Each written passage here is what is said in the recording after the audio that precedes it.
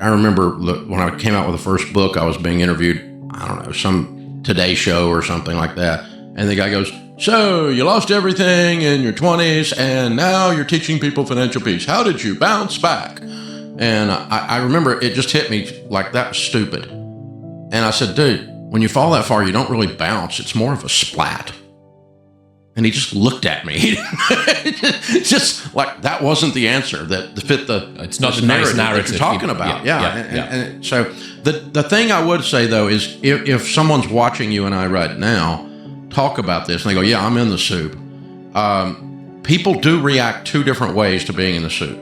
We all have the fear, and then the momentary courage or the momentary hope, followed by another injury, followed by another betrayal, followed by a momentary. We all have that.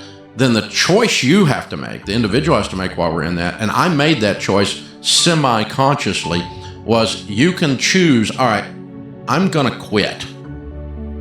I'm going to adopt the victim language, and I'm just going to sit down because I quit. And those are the people that never recover from their divorce. They never recover from their business loss. Or you can say, I don't know what I'm doing. I'm so lost, I don't know what to do. But I do know I'm going to take the next step. The next step. I'm going to I'm going to do the next right thing that's in front of me, and the next right thing that's in front of me. And it might even not be the right thing, but I'm going to do the next thing. And sitting is not an option. I'm going to keep walking. So keep walking if you're in this. And the old country song, if you're going through hell, keep going. And so, but I meet people that, and they call on the show. It's like a lady called the other day and she's talking about her divorce like it happened 20 minutes ago. And I'm like, how long ago were you divorced? 40 years. I'm like, honey, you're still living emotionally back in that thing. The language she was using was fresh. And she's still sitting there mad at him. And he's gone and gotten 2 other wives since then. I mean, right?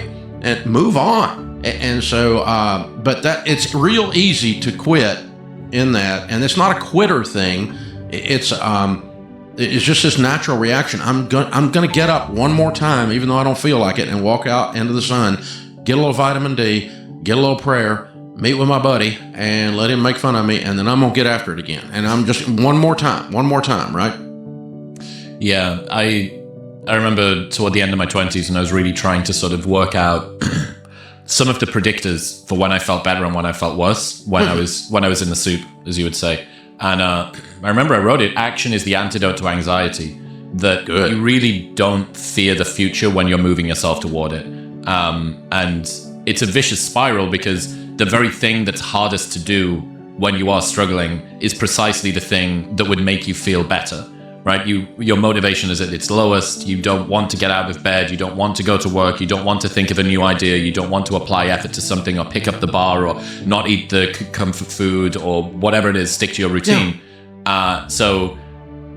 But then when you start to roll that boulder a little bit, it accumulates an awful lot of momentum, which is exactly how you see people get unbelievable outcomes. Like, this seems superhuman.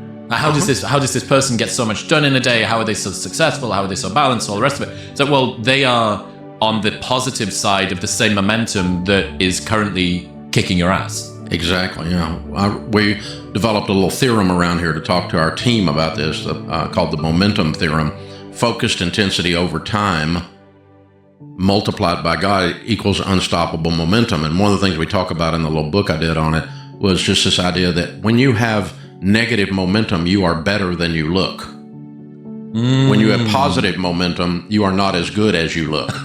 That's great. That's really, really and good. So don't believe the lie either way.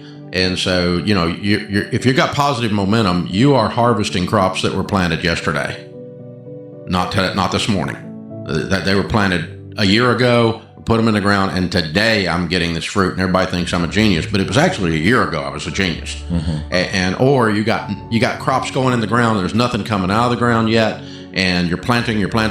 Nobody can see you. Nobody knows you're there. You're anonymous, but you're a lot better than you look, because wait till the rain and the sun comes. There's going to be a crop in the spring, and suddenly you're going to be that genius. So, that's how that stuff works. I remember talking about going through this stuff. this idea of walking, continuing to walk, that was something that you brought up. I love that. We were snow skiing the other day in Telluride, and I'm a mediocre snow skier for a 65-year-old dude, right? But I like to go down the hill and go fast. I enjoy it. So, go.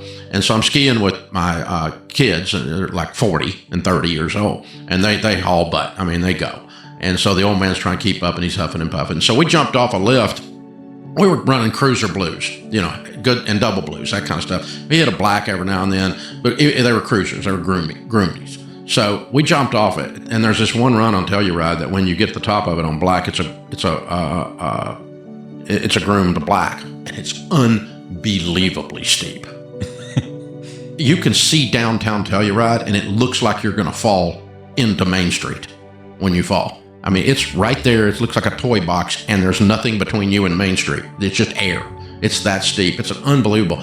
And I pulled up on top of that thing, and I looked at one of the kids, these 30-year-olds, and I'm like, they went, that's steep. And I went, yeah, and if I stand here about 3 more heartbeats, I'm going to walk back because I'm getting really scared.